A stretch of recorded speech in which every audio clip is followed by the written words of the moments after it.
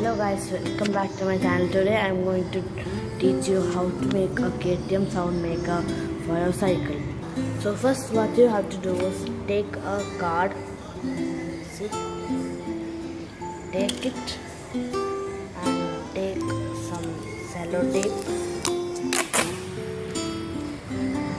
Okay, take the sellotape and place your card like this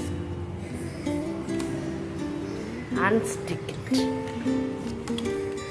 Okay guys, just tape it like this over here. The card part should enter inside your cycle's this steel thing, and now let us test it. I have did one more in the front. See, let us test it. Okay.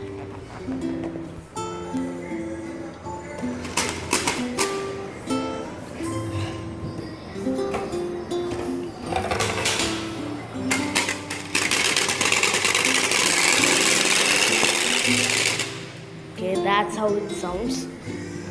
So thank you for watching my video. Like, share and subscribe.